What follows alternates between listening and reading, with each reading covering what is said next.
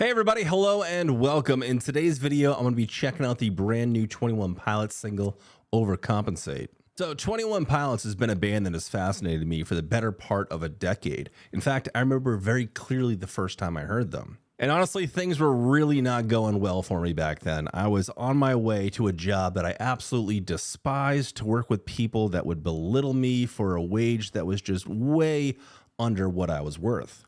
And as I sat in my car waiting for the light to turn green, all of a sudden this song came on the radio, and immediately I was hit by it. I don't know if it was the desperation I sensed in Tyler's voice, or possibly just the overuse of sharps and flats on the piano, or the intricate drumming, but immediately something drew me to it. So lights turn green, I start driving, and I'm just getting more and more into this song. It had been so long since I felt like I connected with any music. It just felt like everything that was being put out was just a carbon copy of something else. There was no originality. There was no real soul to it. There was no real honesty left in music for me. We get to about the halfway point in this song, and I legit had to pull over. Yeah, I had to just stop driving, move over to the side of the road, and as cars whipped by me, I heard the last absolute guttural scream from Tyler, and I just kind of sat there in shock. The DJ announced the name of the band was 21 Pilots, and the song that I had just experienced was a song called Car Radio.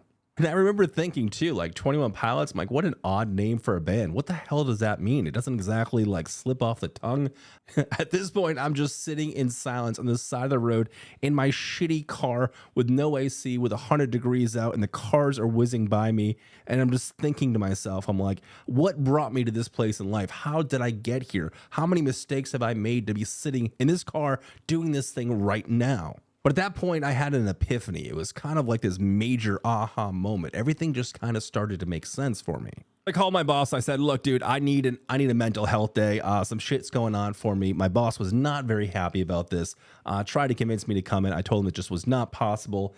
Started to get the scolding and the toxic thing you get from workplaces where they say they're not going to put you on the schedule and you got to be a team player and we're all family. You know the bullshit that we all hear. And at that moment, I decided, you know what? It's not that I just don't want to come in today. I don't ever want to come back in ever again. And I decided that I just wouldn't, and I never did. I had no other job lined up. I had no idea what I was going to do, but I turned around and I drove back to my shitty apartment. And lo and behold, when I got there, there was my girlfriend. I walked in, she asked what was going on. I told her that I just quit my job. I didn't like doing it and I wasn't going to do it anymore. And this did also not make her happy, but I didn't care, man. It was time for me to take stock of my life. It was time for me to truly embrace life and to not focus on keeping your head above water and just sitting there and treading water and hoping not to drown. Got into a fight with my girlfriend that night. She was absolutely furious with me. She told me she was going to go home, stay with her parents. And at that point I decided, you know what? You should probably just stay there. So I broke up with my girlfriend too.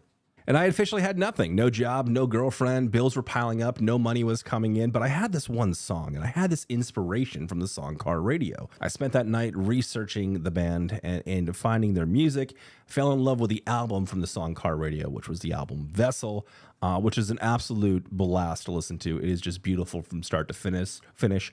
I don't know. I must have heard that album 500 times. I absolutely love it. The production, the writing, the lyrics, everything is just, it's awesome. I checked out some of the older material and man, they had some absolute really intense, heavy songs that truly struck me, that felt like somebody was speaking directly to me, that they understood my headspace, that they were like right there dealing with this with me. It felt like I wasn't alone. Now, it was songs like Addict with a Pen, in Kitchen Sink, and at that point in time, I knew that I was immediately obsessed with this. Now, luckily, after deciding to take my mental health serious, things started to work out for me almost immediately. I got a job on a touring gig and just spent the next 6 months traveling, which paid much more than my other job was paying. I met plenty of really cool people. I started to get more confidence in myself and really just started to embrace life in a way that I never had before. It really was that one song that I had to thank for it. You have these moments in life where things just kind of click for you and you start to see clearly. I can't explain them. They don't come across often. They don't happen often, but when they do, it's a complete and total epiphany. Fast forward about a year and a half or 2 years or something like that, Blurry Face came out. Absolutely love the album. It was a banger. They've got all the hits on there. That's probably where most people, recognize 21 Pilots. They had Stressed Out, and they seemed to be gaining some national attention, and I was happy for them. And it was great to see them, you know, on this larger stage and just doing really well. Then they had the album Trench, which I absolutely love. Trench is my jam, dude. I loved it from start to finish. The production, the sonic fidelity, the lyrics, again, it was just all hitting me, and it was just absolutely beautiful. It was around this time that we started to kind of learn a little bit about the lore. I was confused at first listen with the lyrics. I'm like, what the hell is going with Nico and what is happening here? Who are these people? Who are these characters? So there was this lore. I tried to get into it. I tried to follow the forums. I tried to get online, see what people were saying. There was a lot of conflicting opinions. There was like these secret websites and hidden messages and everything. Honestly, really fun how it was all released and you know, kind of delivered to people. But suffice it to say, I was too dumb to understand exactly what was happening. Then out of nowhere, Scaled and Icy came out, and that's their latest album leading up to their newest one, which will be released sometime next month, called Clancy. And man, this was a shock, dude.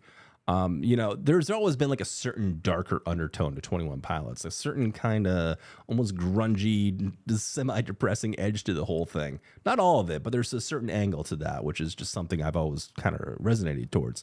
And this one kind of had it. Yeah, I mean, there's definitely songs in there that will hit you like a ton of bricks. I mean, Redecorate, holy goddamn shit. Overall tone and upbeat nature and the swing melodies and the pleasant chimes and everything coming your way and the almost like funk aspect of it was something completely different. At first, I was a little confused, didn't really know if I liked it as much because it felt like, oh, this is, you know, the band that I love so much completely changing and there's something else and they're morphing into this other thing. And I thought, are they trying to sound more commercial to, you know, appeal to possibly their more massive hits and more massive albums like Blurryface?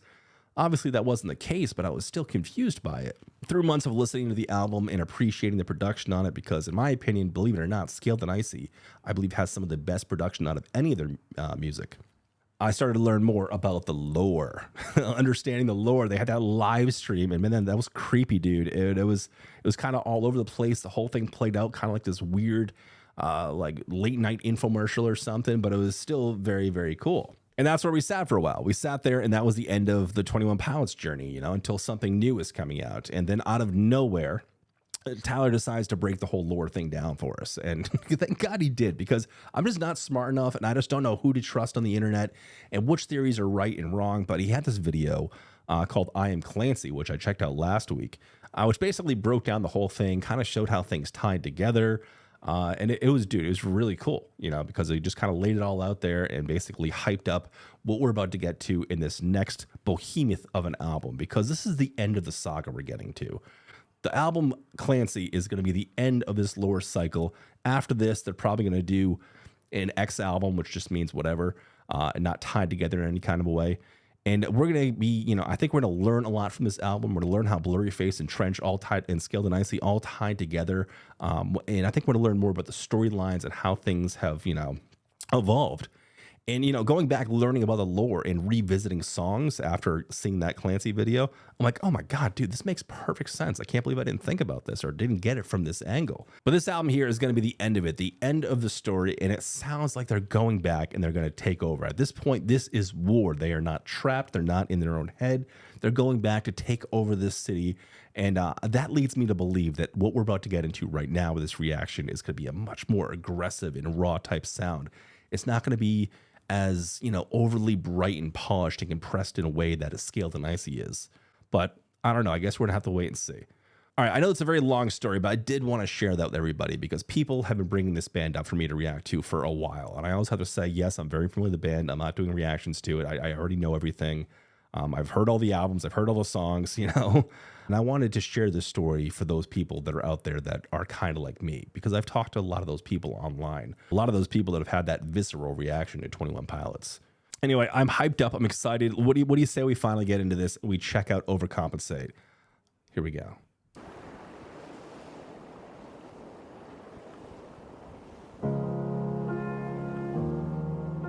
The pensive sharps.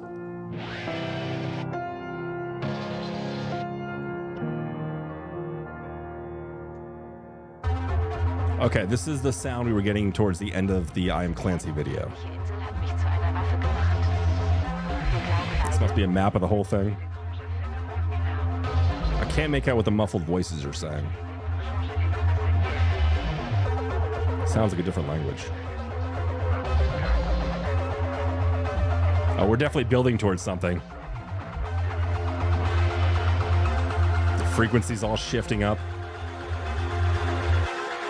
Welcome back to Trent.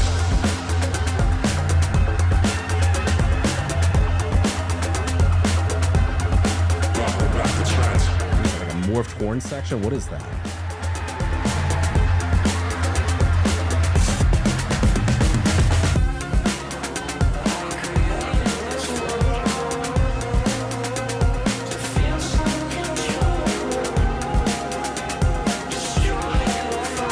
Back to Bandito, I guess.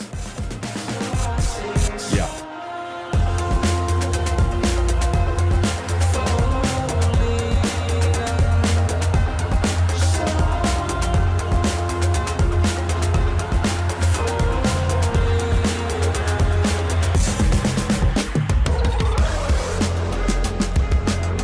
All right, let's do a tempo change. Get the strut. My stripes, 300 tracks in my Adidas track jacket. Bless your ear holes while you react acting. Gobsmacked, don't hesitate to maybe overcompensate. I feel like how's he doing back there? In my eyes, don't sleep on a boy who can fall asleep twice in the same night and won't hesitate to maybe overcompensate. I said I fly by the dangerous bend symbol. Don't hesitate to maybe overcompensate. He's like doing karate in the background.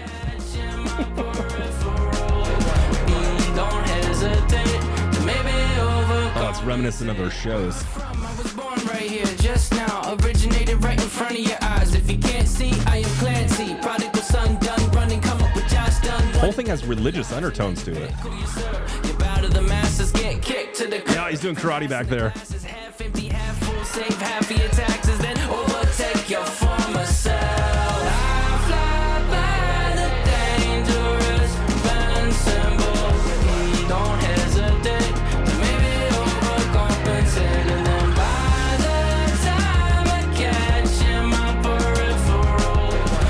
Work is fantastic. Maybe overcompensate. Days feel like a perfect length. I don't need them any longer, but for goodness sake, do the years seem way too short for my soul, corazón? Way too short for my soul, corazón. Days feel like a perfect length. I don't need them any longer. It's a cool bridge. All right, that's just adorable. Yeah. My stripes, 300 tracks in my Adidas track jacket. Bless your ear holes while you react acting. Is that a wind section? To maybe overcompensate. I said I fly by the dangerous bands. Well, some of them have yellow on them. Don't hesitate to maybe overcompensate. And then by the time I catch in my peripheral, don't hesitate to maybe overcompensate. Who the fuck is that? Okay, he's back in the island.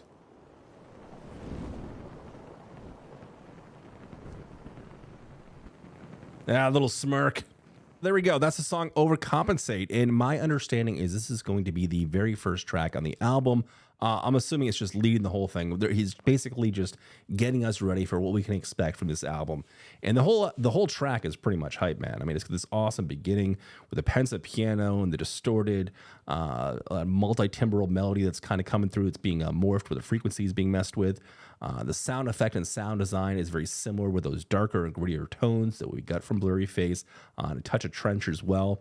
Actually, it's a pretty good symmetry, really, because on Trench, there's a lot of organic elements that have just been kind of morphed down to sound synthetic, and I heard a lot of that on this as well. It sounded like we had almost a horn section. It sounded like we had some sort of wind section. The sound design on this and the spatial, I guess, the atmosphere of it all is just very, very cool. It's completely hype. It's going to be leading up to the album for, what we're about to get. And I think this is confirmation that this album is just going to hit hard. It's just going to be massive, dude. It's not going to be bright and polished. It's not going to have the same sound as Scaled and Icy, at least in my opinion. I think we're back to the Trench days. I mean, that was the first thing we heard from him. Welcome back to the Trench. We're swinging back around. We're back in this place. But we're back in this place from a different perspective. We're back with a vengeance, man. We're coming to break everything out. We're coming to burn this whole thing down, and we're gonna see this whole thing play out on a sonic scale that I just don't think we've ever seen in this fandom, which should be very cool. As to be expected, the beats are just fantastic. There's just something about the production on his drums. Everything is just so tight and crisp, and it's just like there's almost like no resonance, or when there is some sort of decay to it, it's just like done in an interesting way where the waveform kind of wobbles in your ear. Like the beat mapping is always fantastic with 21 Pilots songs. The video itself, I mean, feels like it's got a lot of like religious undertones to it. Like even like Tyler with this thing around his neck. Like I see that in a lot of like, I don't know, like priests and whatever. They get the thing. I'm not really a religious guy, but they get the whole thing with the hat and all that stuff. Like they dress, I don't know, very flamboyantly. It's probably the wrong thing to say. They dress like kind of over the top. They're wearing robes and shit, and they got like stuff. I don't know what it's called, but I'm sensing some like religious undertones to this. Even when he was walking out, I mean, the area that he was in, it felt like more like a high school gym. But him climbing up over the audience to get to that podium, and when he was at that podium, it felt much like you'd see like, I don't know, like a priest at church or something.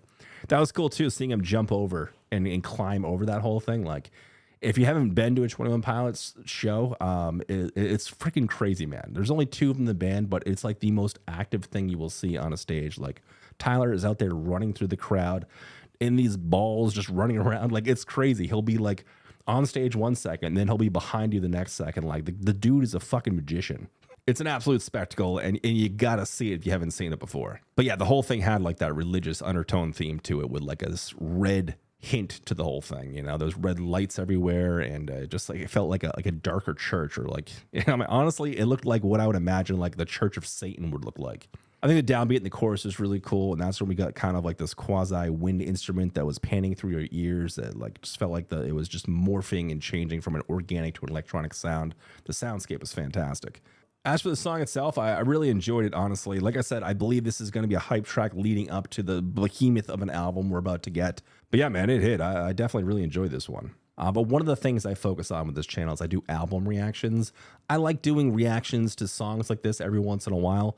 But for me, absorbing an entire album and it's in its ecosystem and how it all plays out as like one cohesive sonic art piece is kind of what I do here. And 100% I will be dissecting, analyzing, and reacting to this album probably about a week after it comes out. So if you want to see that, again, please like and subscribe because it is 100% on the way. Anyway, that's going to do it for me, guys. Thank you so much for hanging out, and I'll see you all in the next one. Bye now.